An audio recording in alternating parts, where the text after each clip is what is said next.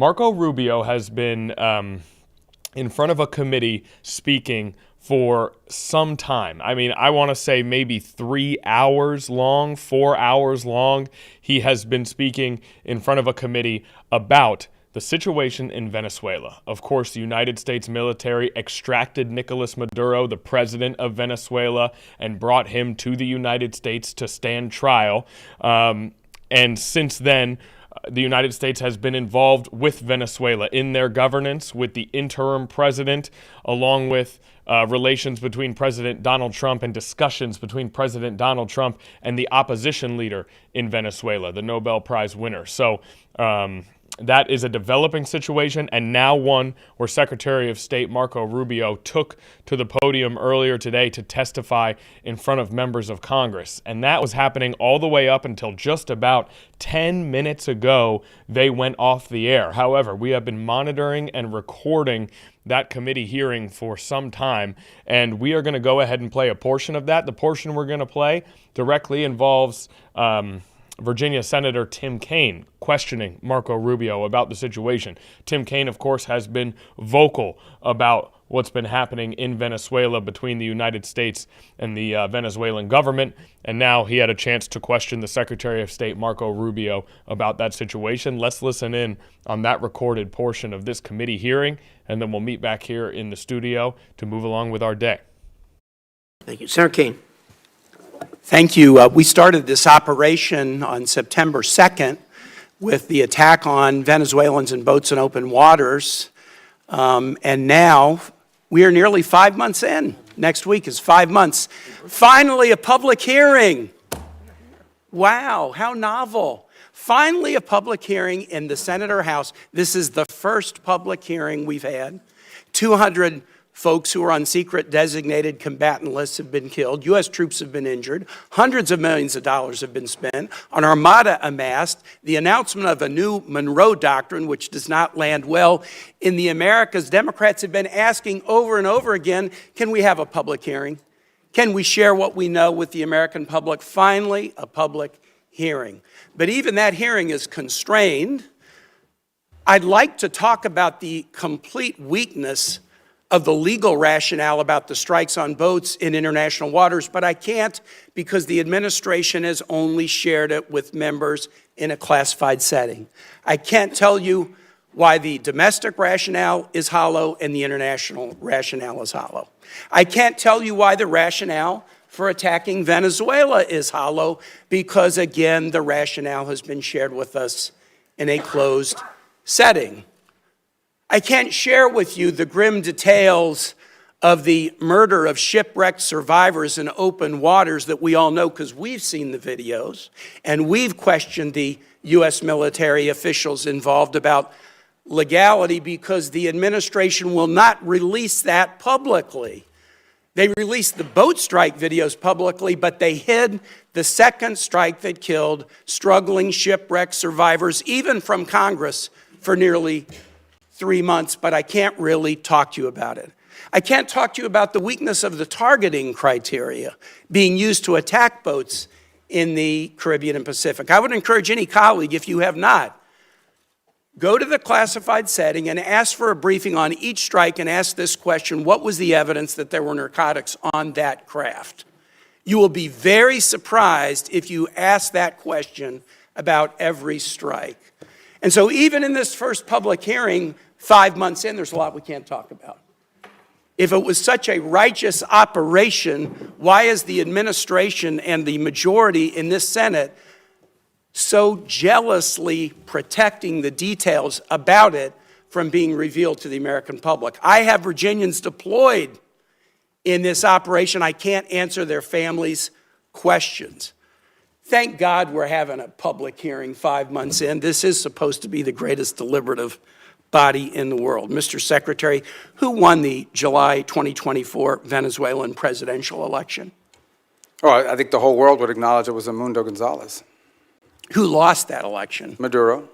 And his vice president, Delcy Rodriguez. Now, you have made the decision, the administration has made the decision in the aftermath of the attack that Delcy Rodriguez should be leading the country. Let me read something that President Trump said about her. on January 14 about Delcy Rodriguez, who lost the election with Maduro. We just had a great conversation today, and she's a terrific person. I mean, she's somebody that we have worked with very well. Let me tell you what Delcy Rodriguez said the day after Venezuela was attacked.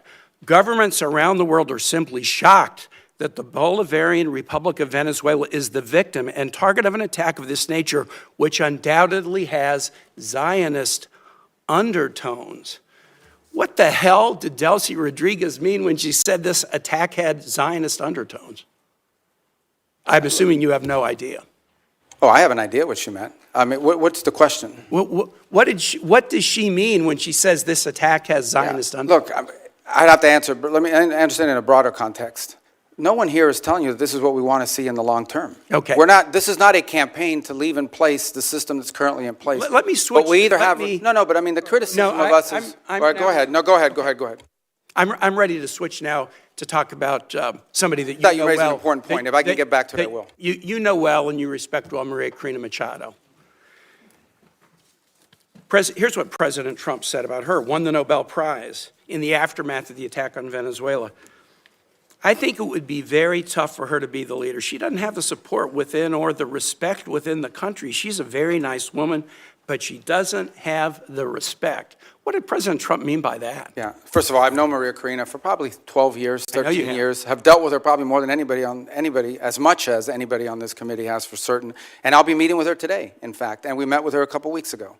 So here's the reality, though, and I think what the president was pointing to. And I think Maria Corina would acknowledge this. The only way I talked to her last week. Well, She's very disappointed in those comments, and so are Venezuelans in my state. Okay, well, she didn't share that with me or with us, but I would sell this to you.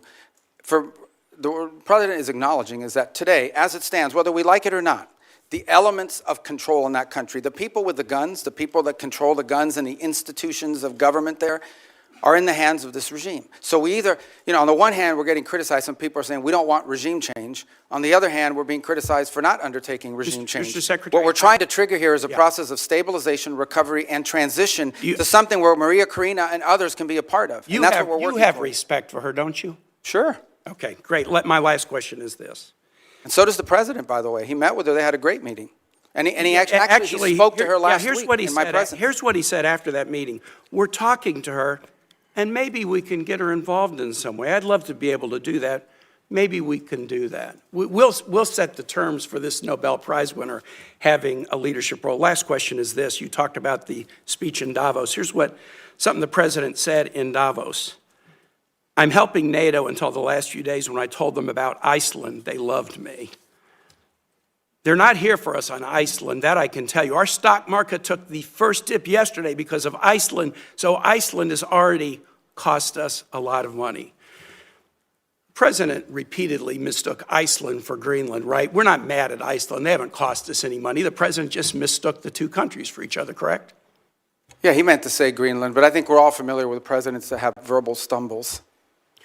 We've had presidents like that before. Some made a lot more than this one. Nice try. Thanks. All right, thank you. I thought he did well.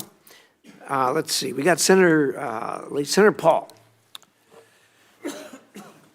Our founders debated extensively over.